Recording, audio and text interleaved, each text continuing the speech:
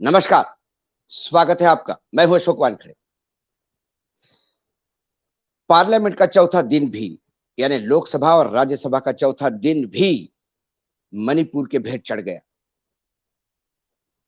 सरकार का अड़ियल रवैया सदन चलने नहीं दे रहा है। सरकार विपक्ष पे आरोप लगा रहे हैं कि विपक्ष से चर्चा से भाग रहा है। वस्तुस्थिति क्या है? प्रधानमंत्री सदन के बाहर लोकतंत्र मंदिर के सामने बयान देते हैं, लेकिन राज्यसभा और लोकसभा में मौन धारण करते हैं। सवाल ये है, कुल मिलाकर मसला किस बात का है? मणिपुर 3 मई से जल रहा है। आज 25 जुलाई है। मणिपुर पे शांति नाम की कोई चीज है ही नहीं। बर्बरता यह है कि 3 मई को जब ये दंगे शुरू हुए, उसके बाद 4 मई को एक स्टूडेंट जिसने मुख्यमंत्री के खिलाफ कोई पोस्ट लिखी, मणिपुर का स्टूडेंट है, और 21 साल का वो युवा, उसने सोशल मीडिया पे पोस्ट लिखी, मुख्यमंत्री को नागावार गुजरा। मणिपुर पुलिस ने हंगलाल मुआन वैफई को अरेस्ट किया और उसे जेल लेके जा रहे थे। रास्ते में एक हुजूम मतलब 800 लोगों का एक ग्रुप आता है, वो पुलिस पे हमला करता है, पुलिस भाग जाती है और उस लड़के को पीट पीट के मारा जा सकता है, मतलब मारा गया, उसकी हत्या हुई। आज 4 मई को हुई हत्या की उसकी बॉडी इम्फाल के मोर्चरी में पड़ी है। माँ बाप वो बॉडी तक नहीं ले सकते, ऐसी स्थिति मणिपुर में है। और ये घूम फिर के मणिपुर को राजस्थान और वेस्ट बंगाल से तुलने में तुले हुए। विपक्ष बार बार मांग कर रहा है प्रधानमंत्री इस पे वक्तव्य दे, क्योंकि प्रधानमंत्री ने वक्तव्य इस पे दिया है सदन के बाहर उस दिन जिस दिन सदन की शुरुआत थी। मसला ये है कि प्रतिपक्ष रूल, जो संसद का रूल है, रूल 267 के तहत चर्चा चाहते हैं और सरकार 176 के तहत चर्चा करने को तैयार है। 267 में चर्चाएं लंबी होती है, उसका टाइम बढ़ाया भी जा सकता है, अंत में उसमें वोटिंग का भी प्रावधान है। और 176 जिसमें सरकार चाहती है, उसमें समय एक सीमित होता है और एक छोटी चर्चा होती है। राज्यसभा में 267 के तहत चर्चा की मांग करने की 27 एप्लीकेशंस आई हैं और 176 के तहत 11 की। सरकार जो बार बार कह रही है कि हम इस पे बात करने को तैयार है, विपक्ष नहीं। विपक्ष कह रहा है कि आप इस पे लंबी चर्चा क्यों नहीं करती, क्योंकि पिछले 2090 के दशक से भी हम देखें तो 11 बार पिछले करीब करीब 26-27 साल में 11 बार इस पे चर्चा हुई। नोटबंदी पे भी चर्चा हुई थी। ऐसे कई मसले थे जो देश के हित में है। और आज मणिपुर ये पूरे नॉर्थ ईस्ट का एक उत्तरी पूर्व का एक बर्निंग पॉइंट हो गया है। कल ही आसाम के स्टूडेंट यूनियन ने वहां की बराक घाटी जो है वहां से मिजो को जाने के लिए कहा है, कॉल दिया है। 2 दिन पहले मिजो ने अपने यहां से मतई को जाने का कॉल दिया है। ये जो कॉन्फ्लिक्ट बढ़ता हुआ नजर आता है, इसमें आसाम, नागालैंड, मणिपुर, मेघालय, मिजोरम, ये सब लपेट में आने में समय नहीं लगेगा। सरकार ये होने क्यों दे रही है? हमारे होनहार गृह मंत्री जो अपने आप की तुलना सरदार वल्लभ भाई पटेल से करते हैं, वो इतने नाकारा साबित हो गए कि वो 2 दिन मणिपुर रहे। उन्होंने अपील की तो हजारों के तादाद में लूटे गए शस्त्रों में से कुछ 114 बंदूकें वापस आई। ये हमारे गृह मंत्री की मणिपुर में औकात है। वह गृह मंत्री कहते हैं कि प्रधानमंत्री की मैं बात करूंगा। आप क्या बात करेंगे? किस मुंह से बात करेंगे? मणिपुर ये आपके हाथ में था, आप गृह मंत्री है, आंतरिक सुरक्षा आपके हाथ में होती है। आपने अब तक क्या किया? आपने पिछले 2.5 महीने से मणिपुर को जलने कैसा दिया? आप किस मुंह से जवाब देंगे? आपको जो करना था वो तो आपने किया नहीं, तो फिर आप जवाब क्या देंगे? जवाब प्रधानमंत्री को देना होगा, क्योंकि प्रधानमंत्री ने कहा कि उनके दिल में पीड़ा और क्रोध है। उन्होंने कहा कि ये 145 करोड़ लोगों का अपमान है। यदि उनको ये लगता है तो फिर सदन पे आकर जवाब देने में प्रधानमंत्री भाग क्यों रहे? या प्रधानमंत्री के पास इसका कोई जवाब नहीं कि ये कैसा होने दिया, या ये करवाया गया, या एक मूक सहमति थी? ऐसा कई सवाल इस देश में उठ रहे हैं। प्रधानमंत्री का बयान कहीं सर्वोच्च न्यायालय के डर से तो नहीं है? ये भी एक सवाल है, क्योंकि प्रधानमंत्री को ये तमाम बातें लगातार पता थी। जिस महिलाओं का नग्न करके परेड किया गया, जिस महिला का सामूहिक बलात्कार हुआ, 18 मई को उसके खिलाफ एफआईआर दर्ज हुई। उस एफआईआर में वही बातें हैं जो आज हम सब डिस्कस कर रहे हैं। यदि वो बात प्रधानमंत्री तक नहीं आती, तो क्या गृह मंत्री को उस चेयर पे रहने का अधिकार है? और यदि गृह मंत्री तक वो बात नहीं आई, तो फिर क्या मुख्यमंत्री को वहां रहने का अधिकार है?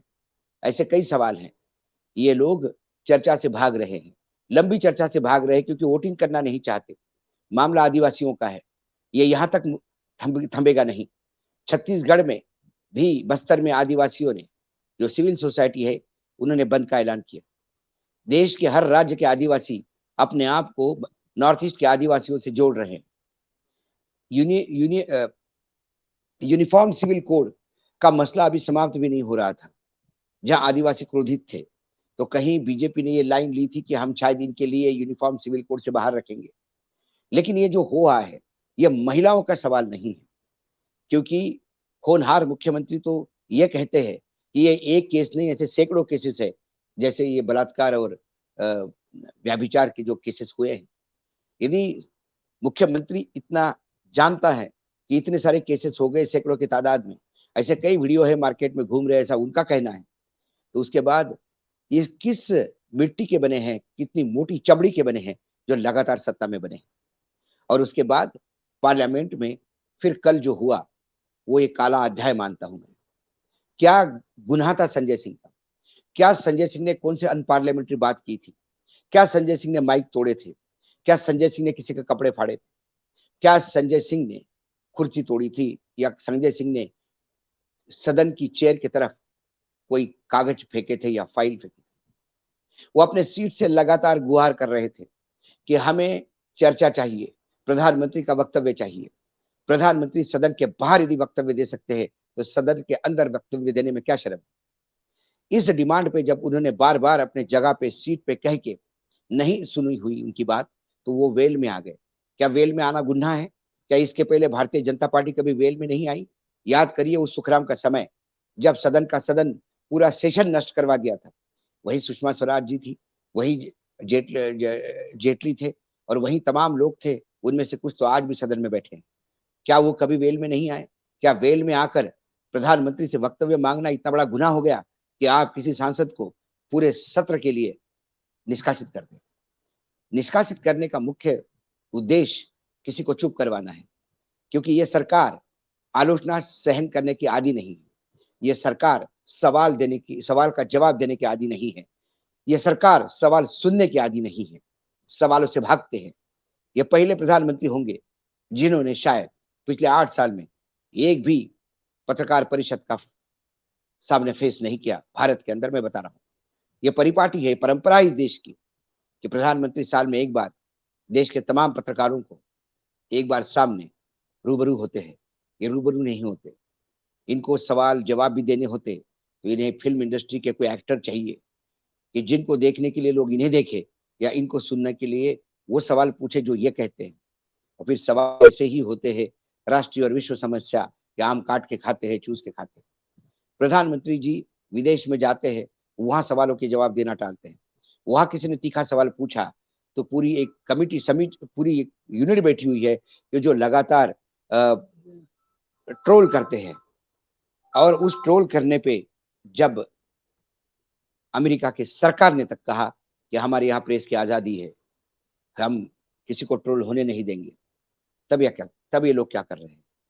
आज अमेरिका का कमीशन फॉर रिलीजियस फ्रीडम की डेलीगेशन पिछले 3 साल से भारत आना चाहता है, उन्हें वीजा नहीं दिया जाता। अमेरिका सरकार नाराजगी व्यक्त करती है। ऐसा क्या है इस देश में, जो अमेरिका आपका बहुत अच्छा दोस्त है, आपको इतना आवा भगत करते हैं, व्हाइट हाउस में खाना खिलाते हैं, और इतनी सारी चीजें आपके लिए करते हैं। उस अमेरिका से किस बात का डर है? वहां की उस कमिटी को भारत में आने क्यों नहीं दिया जाता, वीजा क्यों नहीं दिया जाता? क्या मणिपुर में अमेरिका के राजदूत ने जब बात की तो क्या उन्होंने ये नहीं कहा था कि ये ह्यूमन राइट्स वायलेशन है? ये कैसी सरकार है, ये कैसा लॉ एंड ऑर्डर है कि सरकार किसी को अरेस्ट करती है और लोग उस पर हमला करके उसको मार डालते हैं? ये हाल उसी मणिपुर के उस जो वीडियो आया जिसकी वजह से पूरा देश, पूरा विश्व आंदोलित है, उसमें भी यही हुआ। पुलिस उनको प्रोटेक्शन के तहत ले आई और फिर उनका कहना है कि पुलिस ने गैंग्स वो जो दंगाई थे उनके हवाले कर दिया। क्या पुलिस दंगे पे उतारू है? क्या मणिपुर की पुलिस दंगाइयों का साथ दे रही है, कवर दे रही है? ऐसे ही ये घटना तब हुई जब एक कैंप में फायरिंग हुआ, कैंप के ऊपर फायरिंग हुआ, रिलीफ जो कैंप बने हैं उस पे एक बच्चे को गोली लगी। उसकी दो रिलेटिव, माँ और एक उसकी दूसरी रिलेटिव, ये पुलिस प्रोटेक्शन में कैंप से हॉस्पिटल जा रहे थे।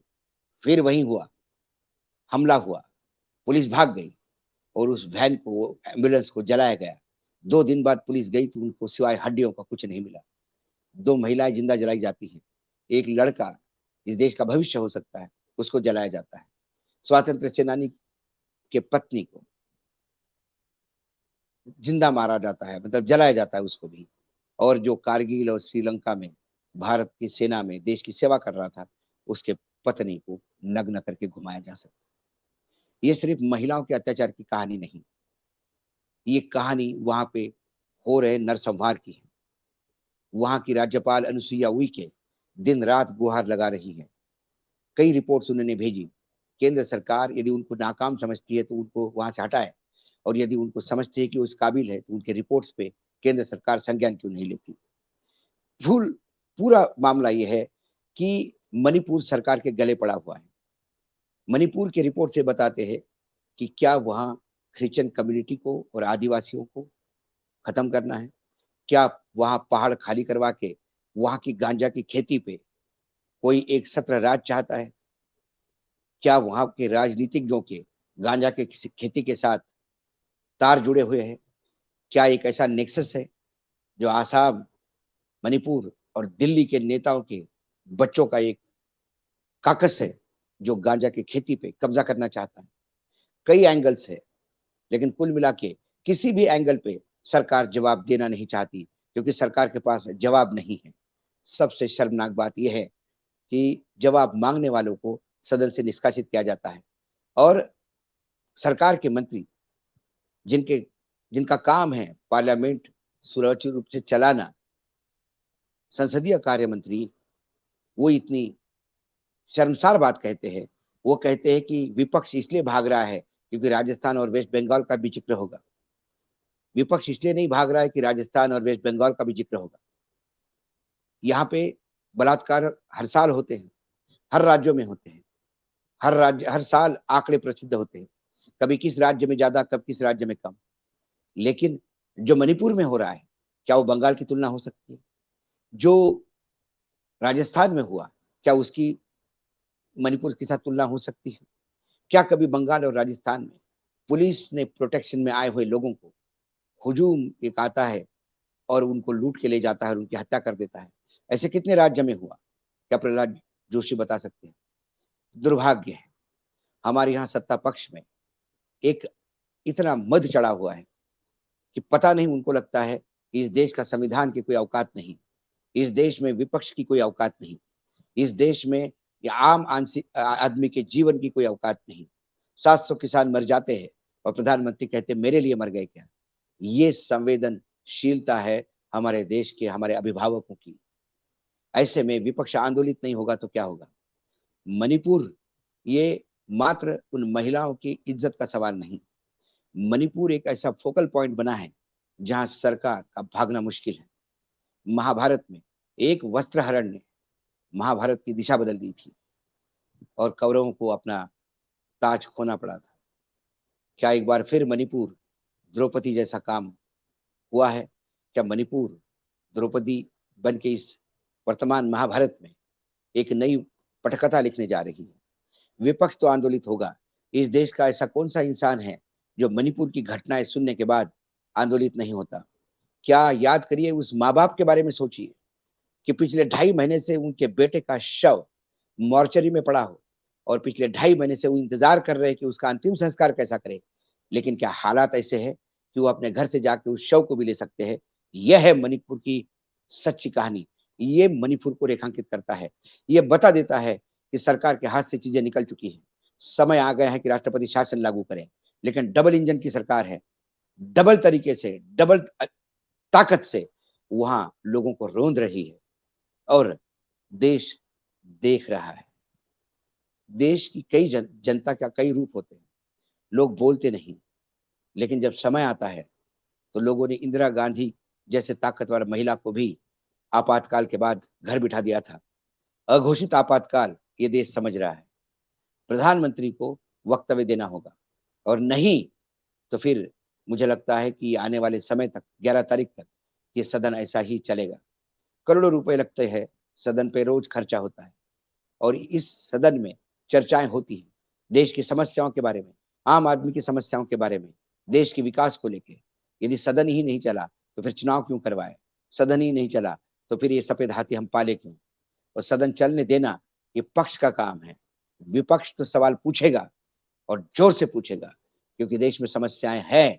यदि गृह मंत्री और प्रधानमंत्री एक कुएँ में बैठ के ये सोचते हैं कि सब कुछ बढ़िया है, कुएँ का पानी ठंडा है तो सब ठंडक है, लेकिन पूरे बाहर आग लगी हुई है। मेंढक बाहर तो निकले तो पता पड़े कि वास्तविक स्थिति क्या है। आज इतना ही, कल फिर आऊँगा, तब तक के लिए नमस्कार।